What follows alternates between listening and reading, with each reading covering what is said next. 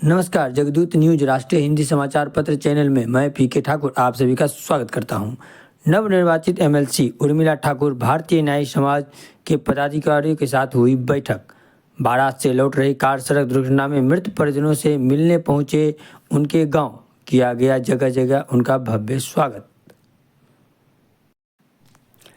राजद कोटे से नवनिर्वाचित एमएलसी उर्मिला ठाकुर भारतीय न्याय समाज के पदाधिकारियों के साथ Ashoka banquet hall, Sonmanki road, Khagaria में बैठक आयोजित की गई। बैठक में 18 मार्च को बारात से लौट रही कार सड़क दुर्घटना में पसराहा थाना के पास हुई, जिसमें 9 व्यक्ति की मृत्यु हुई और 9 में से 8 व्यक्ति न्याय समाज से थे। उनके श्रद्धांजलि देते हुए उनके परिजनों से मिलने की चर्चा की गई। बैठक समाप्ति के बाद भारतीय न्याय समाज के पदाधिकारियों व राजद कार्यकर्ताओं के साथ कुछ मृतक के परिजनों से भी मिले।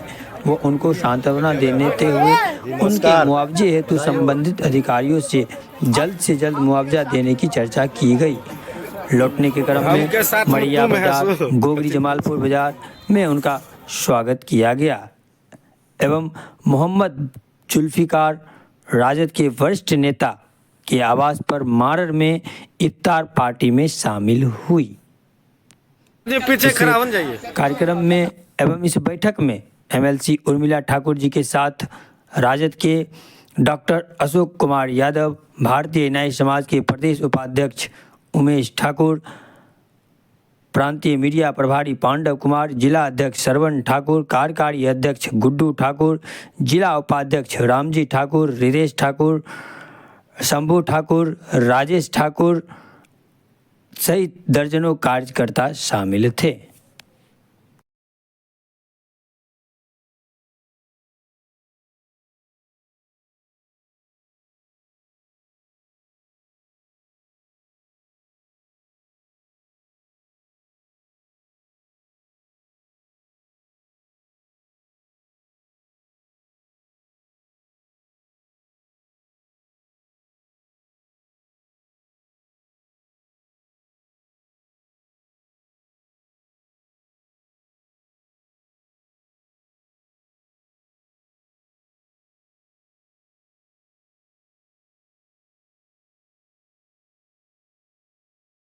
के सवाल पर आदरणीय नेता जो आज तक जनता के हाथ कभी नहीं छोड़े, चाहे उनके ऊपर कितना भी सीबीआई, इनकम टैक्स लगा कर उनको टॉर्चर किया गया, जेल दिया गया, कुछ भी किया गया, लेकिन हमारे आदरणीय नेता ने कभी जनता के सवालों पर समझौता नहीं किया है। तो उनके सवालों को और सड़क से लेकर सदन तक में उठा करके उसमें और बल बढ़ा करेंगे। और अब लोकसभा की रणभेरी बन चुके हैं और एनडीए गठबंधन और महागठबंधन दोनों सेना तैयार है। इस सेना में कैसे आप इस महागठबंधन की सेना को पार लगाएंगे, भवसागर पार करेंगे? ये तो आप शक्ति स्वरूपा साक्षात दुर्गा रूपी के समान है। आपको क्या लगता है कि एक तरफ 400 पार की दावा किया जा रहा है और एक तरफ क्या कहेंगे आप? देखिए, 400 पार की जो दावा कर रहे हैं, हारे हुए लोग बोलते हैं, जीते हुए लोगों का ये सवाल नहीं है। तब जब आप 400 पार कर रहे हैं तो बोलने की क्या जरूरत है?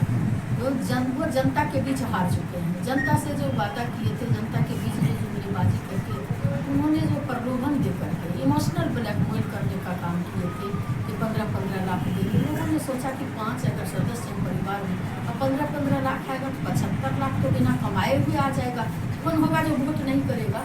इस तरह से जनता को झांसे में दे करके किसान को लागत का दुगुना, युवाओं को कहे 2 करोड़ प्रत्येक साल नौकरी देने का काम करे, वो सारे सरकारी सेक्टर को प्राइवेट में तब्दील करने का काम किए। किसान जब एमएसपी लागू करने के लिए सड़क पर आए तो सड़क पर कीट फुकवाने का काम किए। किसान को जो है जब धरना पर बैठे तो उनको स्कॉर्पियो से कुचलने का काम किया। देश का कहते थे 56 इंच का छाती है और देश का जो सेना है, देश के सेना के साथ जो है नौजवान के साथ इन्होंने ज्यादती करने का काम किया। अग्निवीर के माध्यम से 4 साल कानून थे, उसमें भी 75% को गेट आउट करने का काम।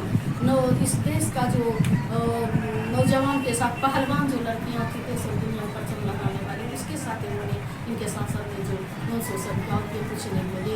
मणिपुर में जो नंगा घुमाएगा महिलाओं को उन्होंने चुप रहे। उसके बाद अब देखिए कि कहते हैं बेटी बचाओ बेटी पढ़ाओ की बात की है, और वो जो है बेटी बचाओ बेटी पढ़ाने वाले लोग DHO में छात्रा के साथ जो है उनके आदमी की और प्रधानमंत्री चुप रहे और ये कहते हैं कि हम महिलाओं को 33% आरक्षण देंगे। और आज आप देख लीजिए बीजेपी ने 17 टिकट दिया, लेकिन एक भी महिला को बीजेपी जरूरी नहीं समझा, आधी आबादी को एक भी टिकट देने का काम नहीं किया। मैं एक जरूर राजनीति को तो मगर मैं एक महिला हूँ और बिहार खास करके बिहार में 17 साल उन्होंने गठबंधन में रहे, 17 साल बनाम 17 महीनों में आदरणीय हमारे नेता बाबू तेजस्वी यादव जी ने 17 महीनों में 5 लाख युवाओं को स्थायी नौकरी देने का काम किए और उन जिस खेल जगत को अपमानित करने का, उस खेल जगत में आदरणीय नेता ने मेडल और नौकरी पाओ के तहत लाखों युवाओं के चेहरे पर खुशी लाने का काम किया, नौकरी देने का काम किए।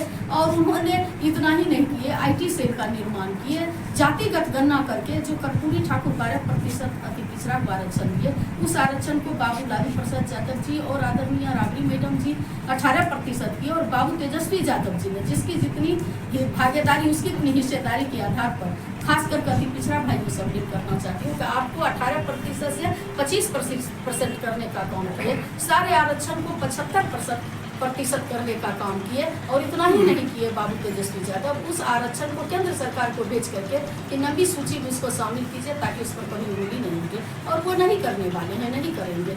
इतना ही नहीं, उन्होंने खेल जगत में आमूल परिवर्तन करने का काम किए।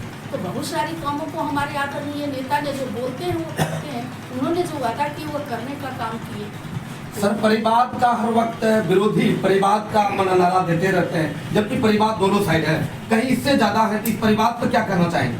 देखिए, परिवार तो अलग चीज है, वो तो वो लोग का देन है। दूसरी बात है कि ये कहते हैं परिवारवाद किसको कहते हैं? कौन लोग आप पूछिए ना, अमित शाह जो जैसा है, जैसा जिनका बेटा है वो